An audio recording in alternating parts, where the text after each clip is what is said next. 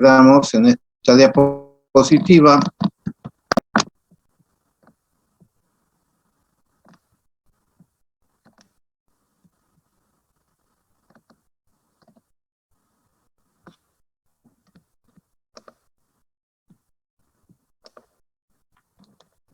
Bueno, algo muy importante dentro de lo que es la gerontoprofilaxis es la situación de que en muchos elementos de nuestra sociedad se piensa que cuando se llega a la edad de adulto mayor ya no se tiene capacidad de aprendizaje y ya no se tiene las condiciones físicas para trabajar.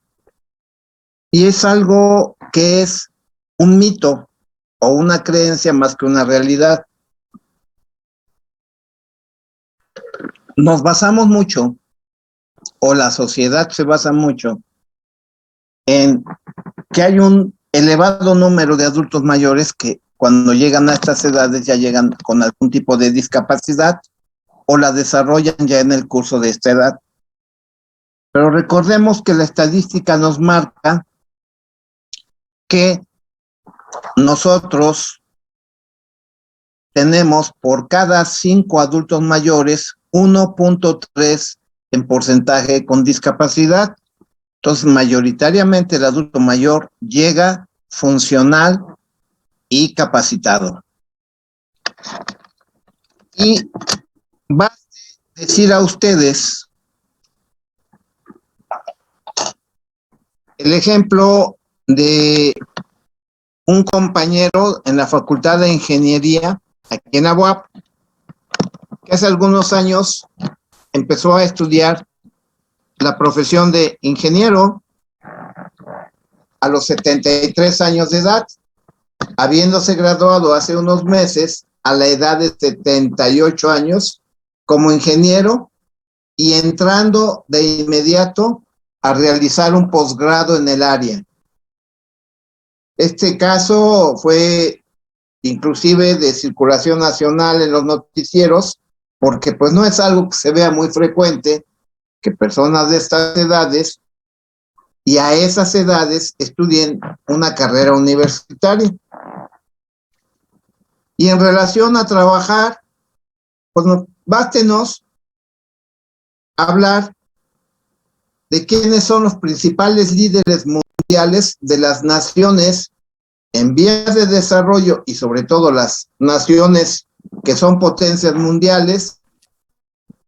Estaríamos hablando de Vladimir Putin, 70 años de edad, presidente de Rusia; Joe Biden, presidente de los Estados Unidos, 79 años de edad; Angela Merkel, que está por retirarse, primera ministra de Alemania, 74 años de edad; Emmanuel Macron, primer ministro de Francia, rebasa ya los 60 años.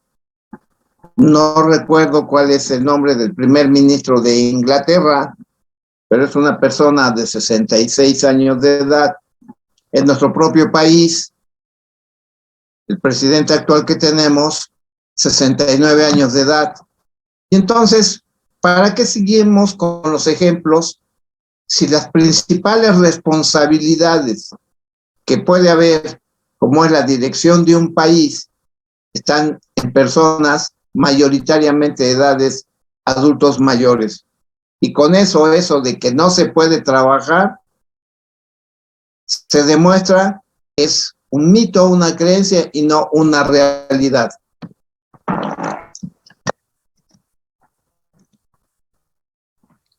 Aceptar la muerte como algo normal. Bien. Todos vamos a morir, todos.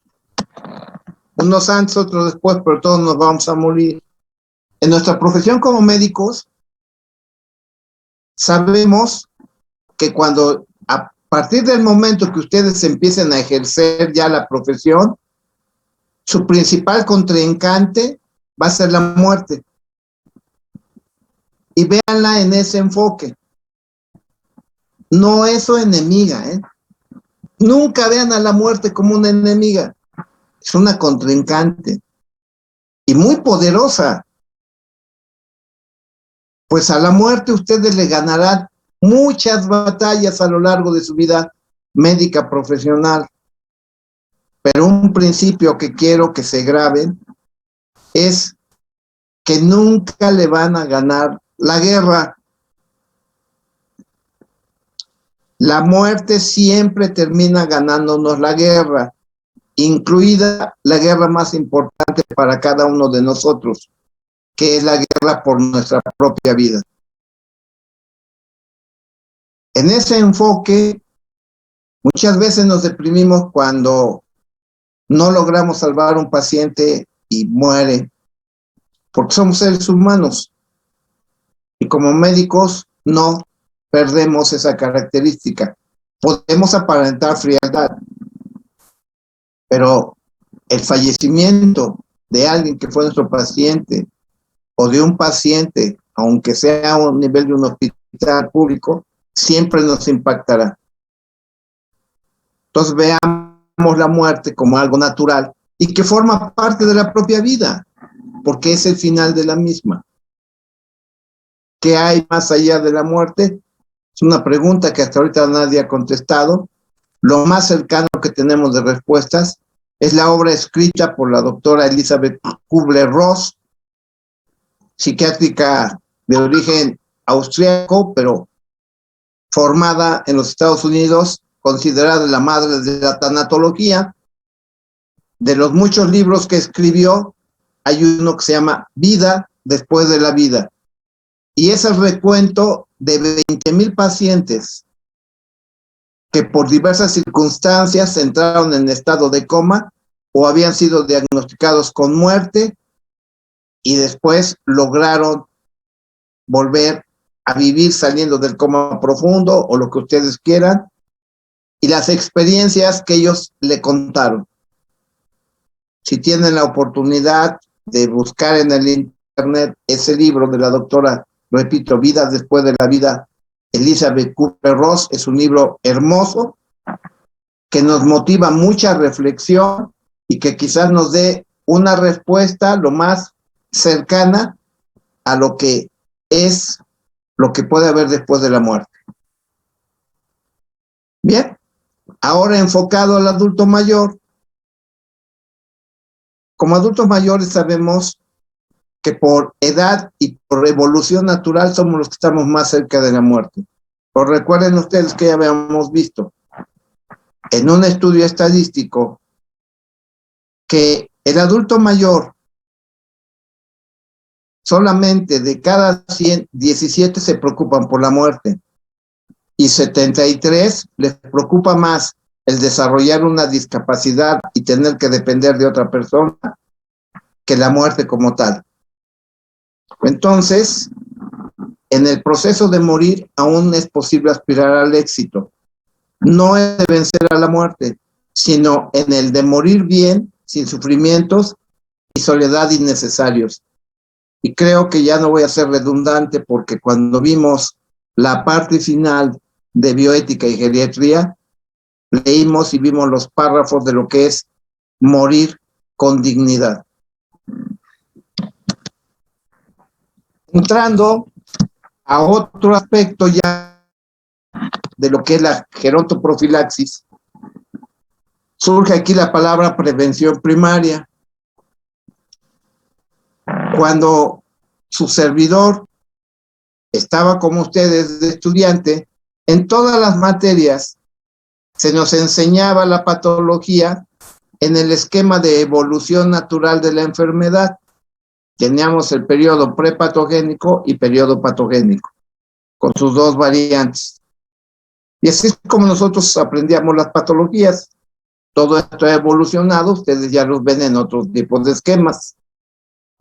Dentro de esta prevención primaria, que estaría en el periodo prepatogénico, en lo que son los niveles de Leber y Clark, en evolución natural de la enfermedad, tenemos las 10 principales causas de muerte en adultos mayores, no incluido lo que es la pandemia actual y que está haciendo en todas las edades, incluidas las de adulto mayor, en la estadística segunda o tercera causa de muerte.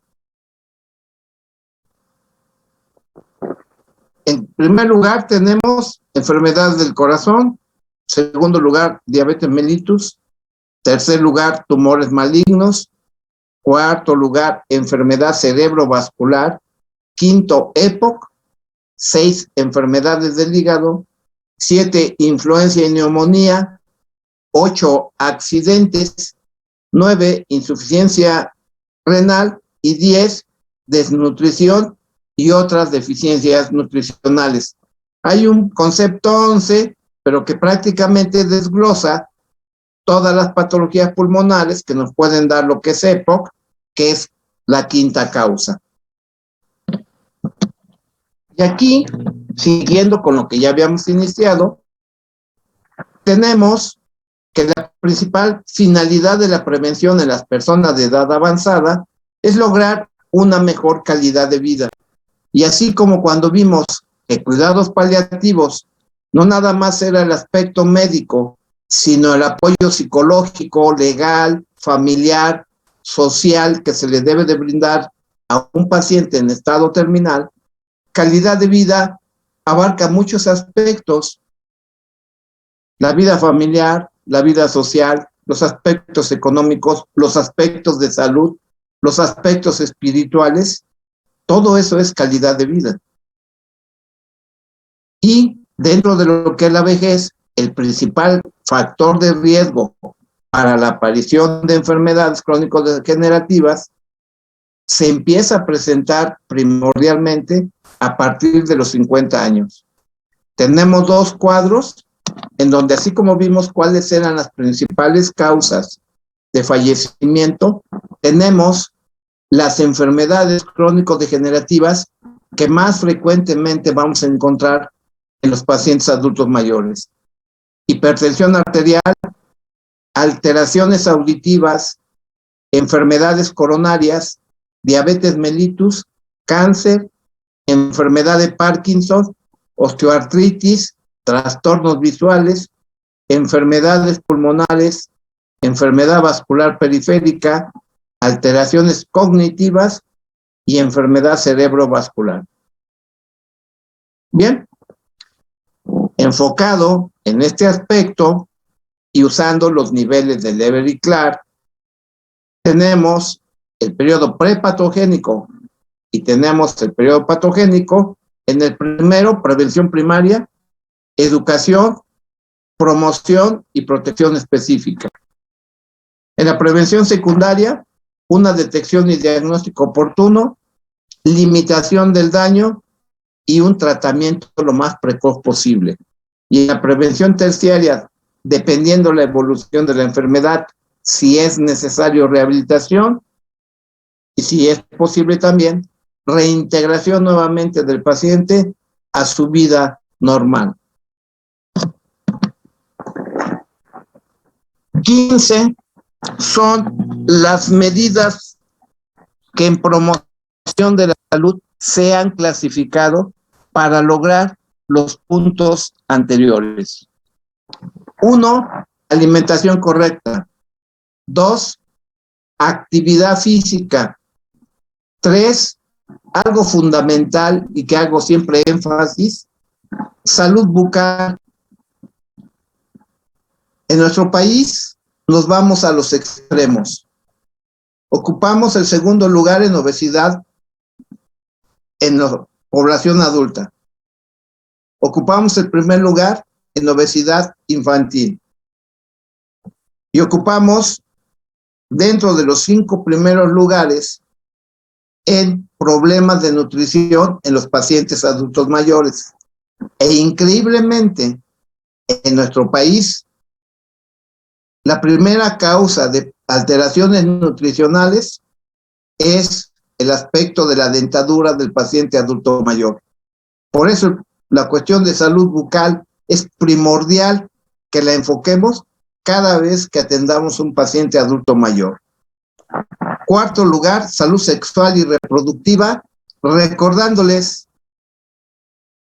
que el ser humano nace sexual y se muere sexual. Y todos esos mitos y creencias de que el adulto mayor ya no ejerce su sexualidad, queda en eso. El adulto mayor sigue siendo un ser sexual, que la sigue ejerciendo y que la dejará de ejercer hasta que se muera. 5, envejecimiento saludable. 6, higiene postural. 7, prevención y tratamiento de adicciones. 8, violencia familiar, que es muy común en las familias que tienen adultos mayores entre sus integrantes. 9, prevención de accidentes, en este caso sobre todo las caídas, por lo más temido por el adulto mayor, fractura de cadera. 10, prevención de tuberculosis, que es un padecimiento que hace unos 30 años hay quien se atrevió a decir que ya al menos en nuestro país estaba erradicado y que en la actualidad ocupa uno de los principales problemas epidemiológicos a los que nos enfrentamos. Recordando que la tuberculosis más frecuente es la pulmonar, pero que es una enfermedad que la podemos encontrar en cualquier órgano y sistema de nuestro cuerpo. 11, prevención de cáncer cervicuterino y mamario, hablando de la mujer y hablando de los hombres, todos los problemas de enfermedad prostática. Comentándoles a ustedes que de los 70 años en adelante, el cáncer que ocupa el primer lugar en los hombres es el cáncer de próstata y en segundo lugar tenemos el cáncer pulmonar. ¿Qué otras enfermedades prostáticas? Hipertrofia prostática benigna, problemas de prostatitis y un poco más raro, infartos prostáticos. 13, lo que ya habíamos dicho, sobrepeso y obesidad, pues derivado de esto se dan las enfermedades de diabetes mellitus, hipertensión arterial sistémica y las dislipidemias, que en su conjunto forman lo que todos nosotros conocemos ya como síndrome metabólico. 14, un entorno favorable a la salud, que es un término que engloba varios aspectos. Y 15, esquemas de vacunación. Lo vamos a ver más adelante en esta misma presentación. Así como en la infancia hay un esquema básico de vacunación, también lo hay para los pacientes adultos mayores. Atención integral. Una palabra o una frase que puede decir mucho, pero que es muy compleja. Enfatizarse en la promoción de la salud y prevención primaria y secundaria de enfermedades para lograr un envejecimiento saludable y con calidad de vida. Pero para esto, así como tenemos que brindar la atención integral a cada uno de nuestros adultos mayores, asimismo tenemos que integrar al equipo de salud, volviéndonos cada uno de nosotros los directores de la atención que se brinde al adulto mayor.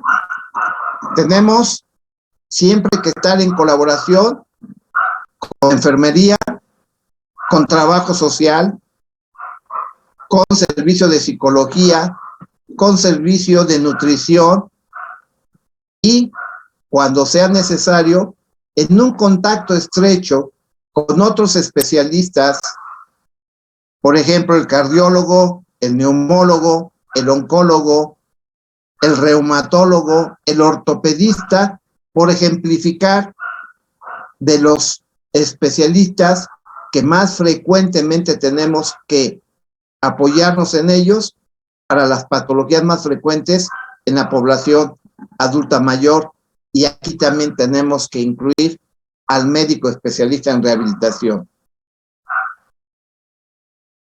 Y si ya hablamos de un adulto mayor que está en una etapa terminal, aquí tenemos que agregar a los compañeros médicos especialistas que forman parte del equipo de cuidados paliativos, como pueden ser anestesiólogos, oncólogos, algólogos, geriatras e internistas, y en algunos equipos, porque también se llega en la infancia a situaciones de enfermedades terminales, pediatras. El sabernos comunicar con nuestros pacientes es algo que se pone mucho énfasis cuando ustedes toman la materia de clínica propedéutica.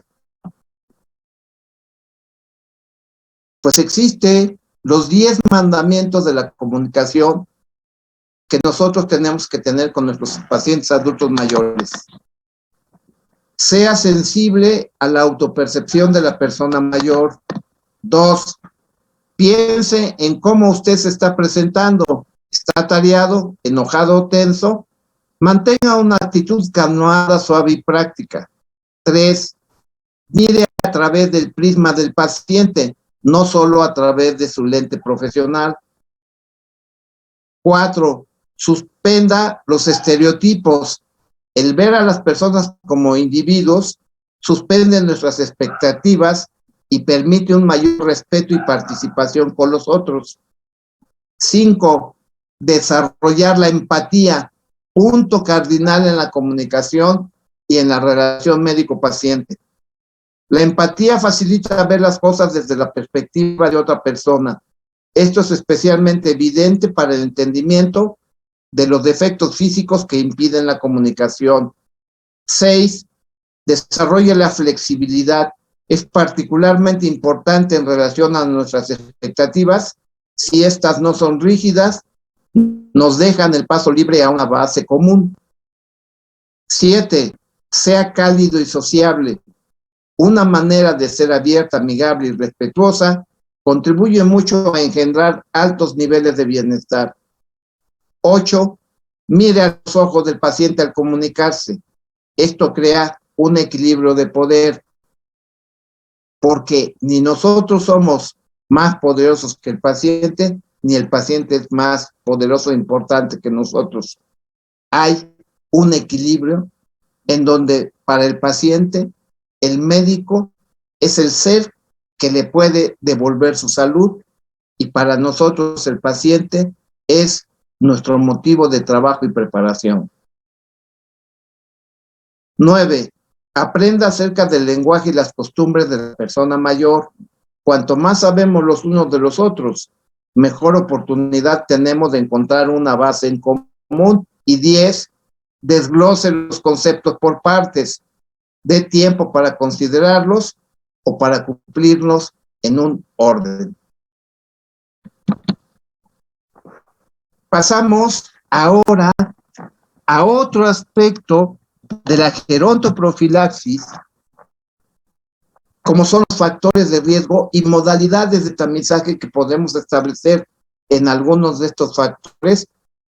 Punto fundamental de las principales patologías que sufren nuestros pacientes adultos mayores. Aquí se mencionan alcohol, fármacos, tabaquismo, neoplasias, tuberculosis, como algunos de los principales factores de riesgo.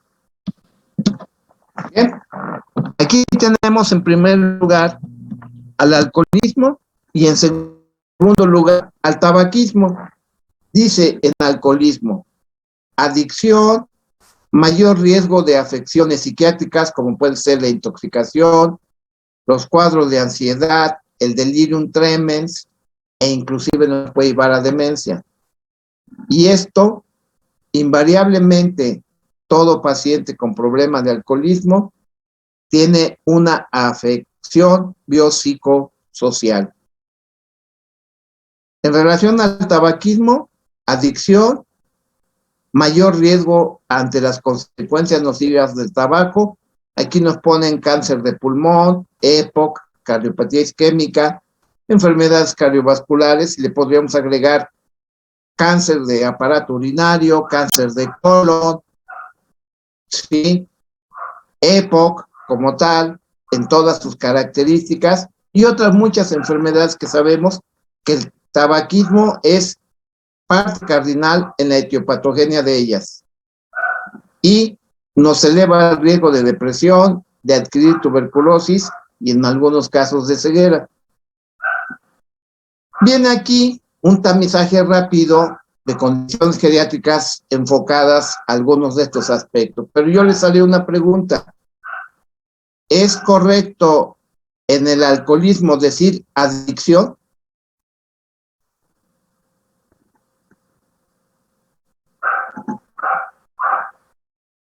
¿Alguien que me lo conteste?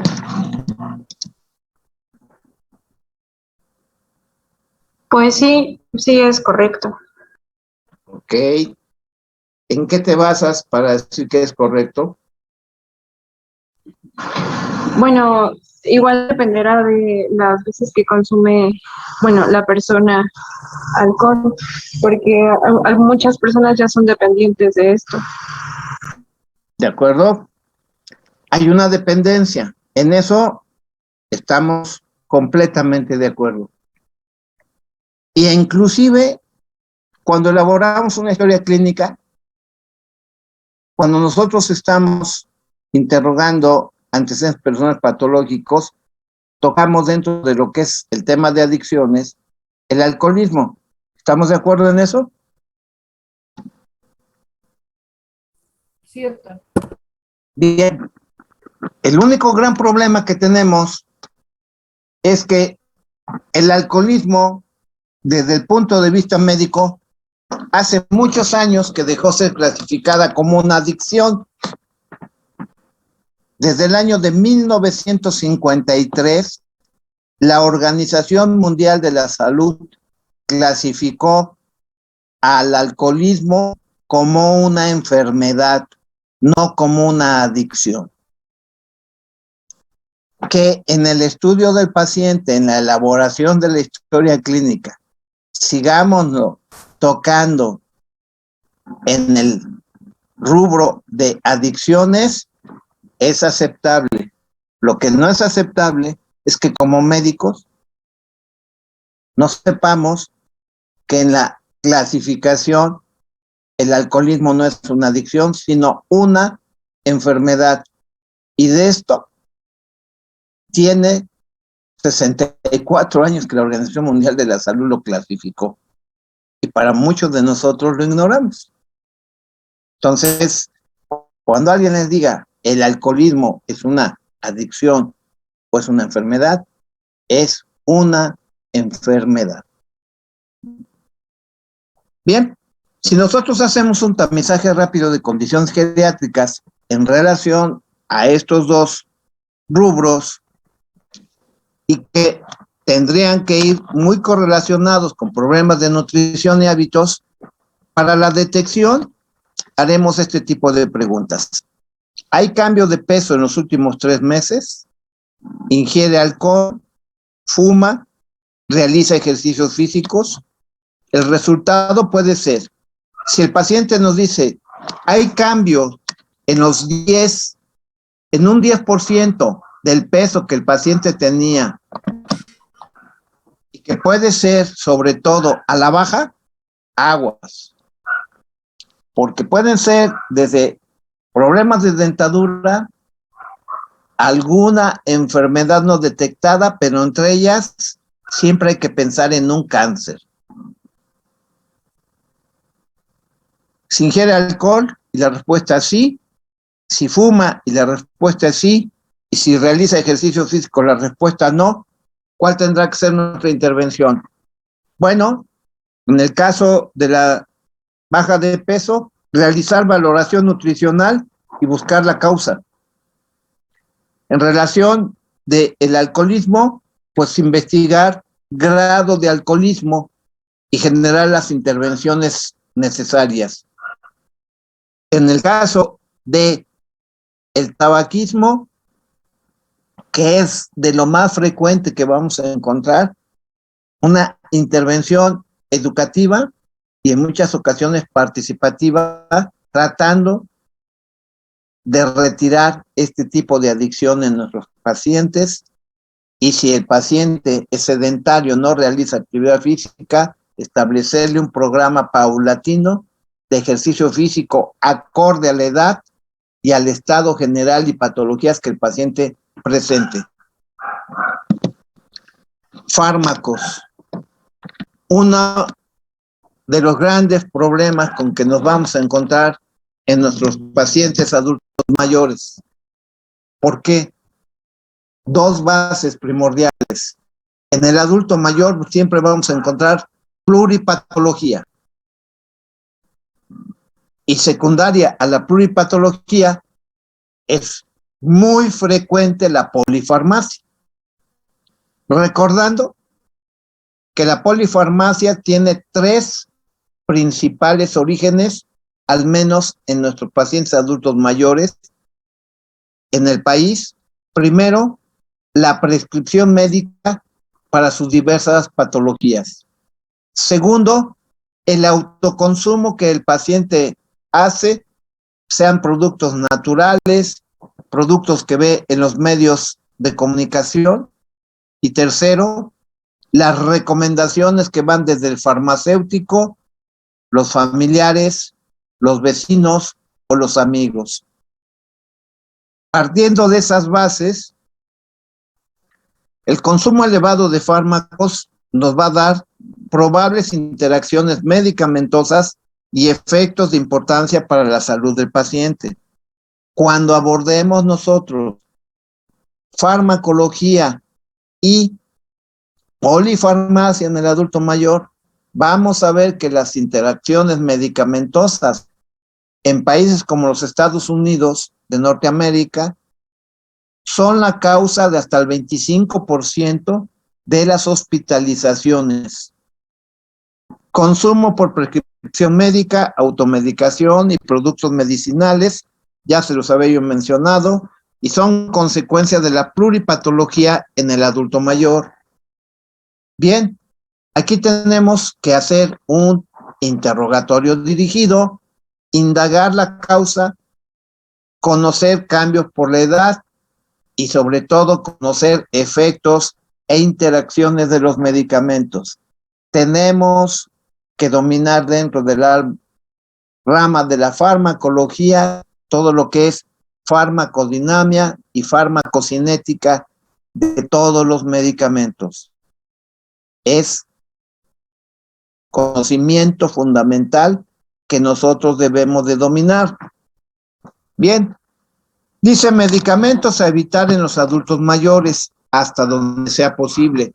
Y aquí viene una lista y los problemas potenciales. De la primera tabla, 3, indometacina, medicamento que se sigue usando en la actualidad para tratar problemas de tipo reumático y para tratar problemas de tipo ortopédico. ¿Sí? Sus efectos secundarios van desde irritaciones gástricas bastante importantes hasta alteraciones en el sistema nervioso central. Diazepam y clorodiazepóxido. Nosotros, y lo vamos a ver, como les decía, en la farmacología del adulto mayor, uno de los principios fundamentales es que se pierde capa hídrica con el envejecimiento. Y sabemos que las dos principales vías de absorción de los medicamentos en el ser humano es la vía hídrica y la liposoluble. Si nosotros estamos viendo que se pierde capa hídrica, todos los medicamentos que se absorben por esta vía se van a eliminar mucho más rápido que en otras edades, mientras que la que más persiste es la capa liposoluble, la cual, cuando estamos hablando de diazepam y derivados, es a ese nivel que se absorben estos medicamentos y por lo tanto van a permanecer muchísimo más tiempo en el cuerpo del paciente que en otras edades. De ahí los cuadros severos que a veces presentan de intoxicación nuestros pacientes por estos fármacos, a pesar de que nosotros estemos usando dosis terapéuticas.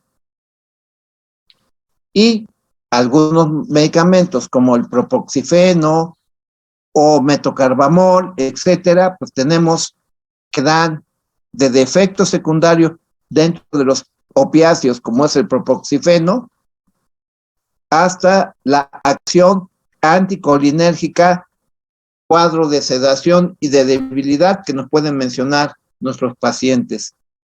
Y así podemos ver cada uno de estos medicamentos que les puse como ejemplo en estas tablas. En conclusión, nosotros lo que sí debemos de saber, porque es una obligación como profesionales de la medicina, es saber farmacología, interacciones medicamentosas, farmacocinética y farmacodinamia, y en base a esas bases, saber lo que les prescribimos a nuestros pacientes conforme a sus patologías y evitando hasta donde sea posible dichas interacciones medicamentosas.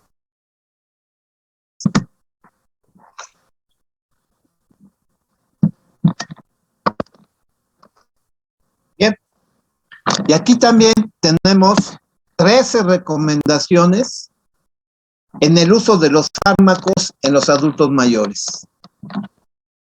Les leo 4 principales, pero las 13 son importantes. Y es algo expedido por la Organización Mundial de la Salud y la Organización Panamericana de la Salud.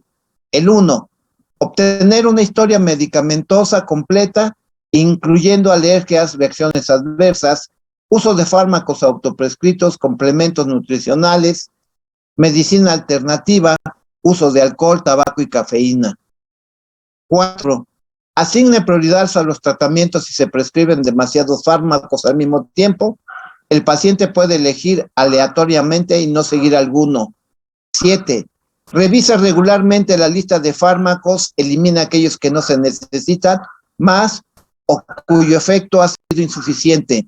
10, evite usar un medicamento para tratar efectos secundarios de otro.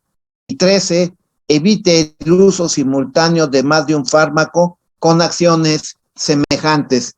Hasta aquí nos quedamos el día de hoy. Dejo de compartir pantalla y terminamos nuestra clase del día de hoy, diciéndoles como siempre que pasen excelente tarde, cuídense mucho, cuiden a su familia, que Dios me los bendiga.